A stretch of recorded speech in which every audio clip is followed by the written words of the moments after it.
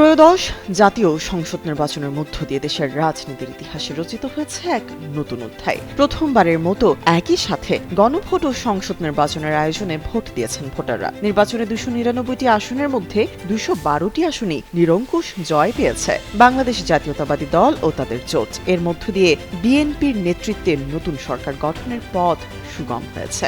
একই সাথে বাংলাদেশ জামায়াত ইসলামী এককভাবে পেয়েছে 67টি আসন। এছাড়া মোট 77টি আসনই জয়লাভ করেছে জামায়াত ইসলামী 11 দলীয় জোট।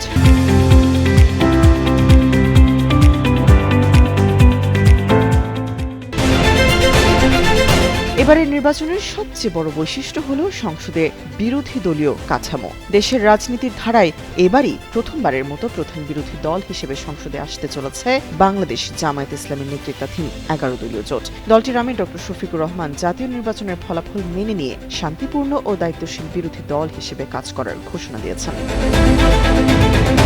শুক্রবার রাতে সামাজিক যোগাযোগ মাধ্যমে দেওয়া এক বার্তায় তিনি দলীয় কর্মী সমর্থকদের ধন্যবাদ জানিয়ে বলেন, দীর্ঘ সময় ধরে যারা পরিশ্রম করেছেন এবং নানা ধরনের ভয়ভীতি ও হয়রানির মুখেও গণতান্ত্রিক অধিকার চর্চা করেছেন, তাদের সাহস দেশের গণতন্ত্রকে শক্তিশালী করেছে। নির্বাচনের ফল নিয়ে হতাশা থাকা স্বাভাবিক উল্লেখ করে তিনি বলেন, 77টি আসন পেয়ে দলটি সংসদে উপস্থিত প্রায় 4 গুণ শক্তি বাড়িয়েছে এবং আধুনিক বাংলাদেশের অন্যতম শক্তিশালী বিরোধী ব্লকে পরিণত হয়েছে।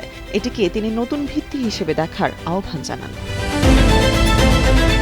ডক্টর শফিকুর রহমান বলেন, 2008 সালে বিএনপি 30টি আসন পেয়েছিল।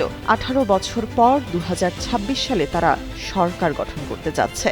গণতান্ত্রিক রাজনীতির পথ দীর্ঘ, তাই জনগণের আস্থা অর্জন, ক্ষমতাসীনদের জবাবদিহিতার আওতায় রাখা এবং ভবিষ্যতের জন্য দায়িত্বের প্রস্তুতি নেওয়ার উপরও গুরুত্ব দেন তিনি। নির্বাচনের রায়কে সম্মান জানিয়ে তিনি বলেন, তাদের আন্দোলন কখনো একক নির্বাচনের জন্য ছিল না, বরং গণতান্ত্রিক সংস্কৃতি শক্তিশালী করা, নাগরিক অধিকার রক্ষা ও জবাবদিহিমূলক রাষ্ট্র গড়ে তোলাই তাদের লক্ষ্য। একই সঙ্গে শান্তিপূর্ণ ও নীতিনিষ্ঠ রাজনীতিতে অটল থাকার প্রতিশ্রুতিও পুনর্ব্যক্ত করেন জামায়াত আমির ডক্টর শফিকুর রহমান। তামান্না তাবাসসুম শ্রেয়া, যুগান্তর নিউজ।